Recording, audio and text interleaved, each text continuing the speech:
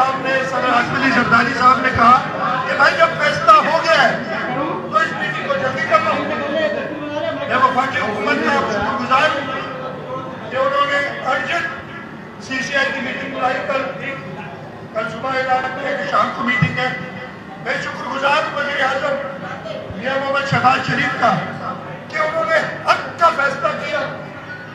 मैं सारे chief ministers का और सीसीआई के मेंबरान से शुक्रगुजार हूँ कि उन्होंने सिंध के मौके की तारीफ की।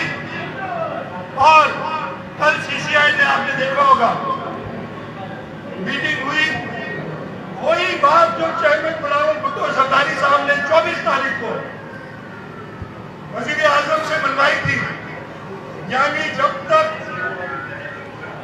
बाहमी रजामंदी नहीं हो जाती कोई नया कनाल नहीं बनेगा।